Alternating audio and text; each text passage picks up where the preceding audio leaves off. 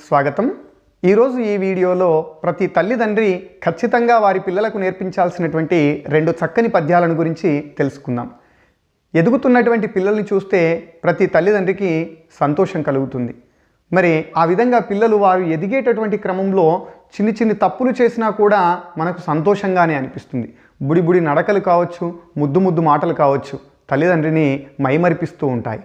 మరి అలాంటి పిల్లలు నేటి బాలలే రేపటి పౌరులు అన్నారు.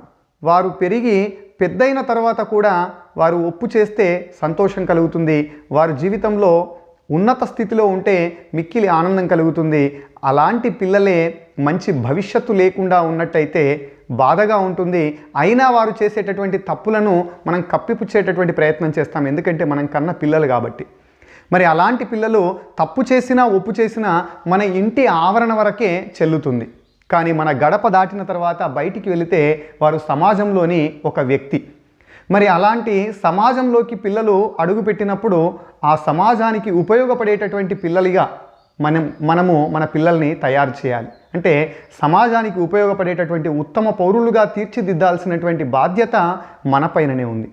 మరి ఆ విధంగా పిల్లలు వారిని ఉత్తములుగా తీర్చిదిద్దేటటువంటి క్రమంలో బాల్యము నుండే వారికి నైతిక విలువలతో కూడినటువంటి విషయాలు, నీతి పద్యాలు, భక్తి భావం నిండినటువంటి పద్యాలు, ఇంకా మంచి విషయాలను ఎన్నింటినో పిల్లలకు నేర్పించేటటువంటి ప్రయత్నం చేయాలి.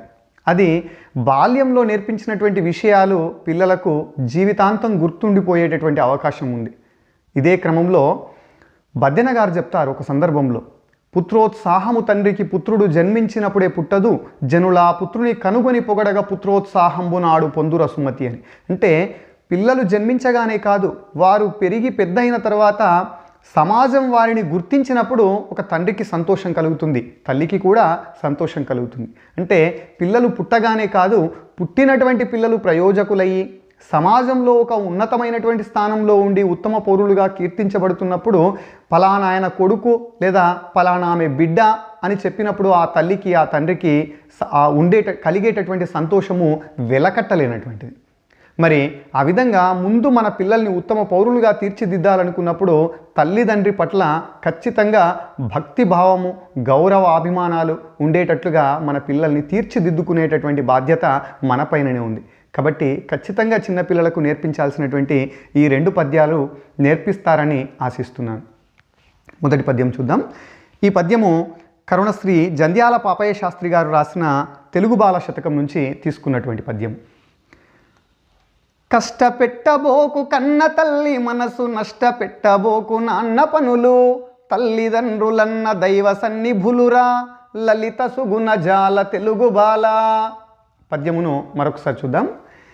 కష్టపెట్టబోకు కన్న తల్లి మనసు, నష్టపెట్టబోకు నాన్న పనులు, తల్లిదండ్రులన్న దైవ సన్నిభులురా, లలిత సుగుణ జాల తెలుగు బాల. ఓ తెలుగు బాల, కష్టపెట్టబోకు కన్న తల్లి మనస్సు.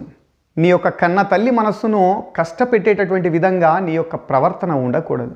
అంతేకాదు, నష్టపెట్టబోకు నాన్న పనులు, మీ యొక్క నాన్నగారి పనులకు ఆటంకం కలిగించేటటువంటి విధంగా నీ యొక్క ప్రవర్తన ఉండకూడదు.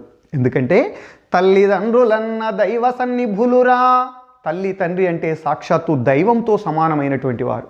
కాబట్టి తల్లిదండ్రికి ఇబ్బంది కలిగించేటటువంటి, తల్లిదండ్రికి చెడ్డ పేరు తీసుకొచ్చేటటువంటి ఏ ఒక్క పనిని కూడా ఆడపిల్ల కానీ మగపిల్ల కానీ పిల్లలు చేయకూడదు. ఆడపిల్ల కానీ మగపిల్లవాడు కానీ తల్లిదండ్రులకు ఇబ్బంది కలిగించేటటువంటి విధంగా మన ప్రవర్తన ఉండకూడదు. తప్పకుండా ఈ పద్యమును మీ యొక్క పిల్లలకు నేర్పించాలి. ఖచ్చితంగా దీంట్లో ఉండేటటువంటి ఆంతర్యమును అర్థం చేయించేటటువంటి ప్రయత్నమును చేయాలి. ఇక రెండవ పద్యం. తల్లిదండ్రి మీద దయలేని పుత్రుడు, పుట్టనేమి వాడు గిట్టనేమి, పుట్టలో నచదలు పుట్టదా గిట్టదా, విశ్వదాభిరామ వినురవేమా. ఇది వేమన గారు రాసినటువంటి పద్యం.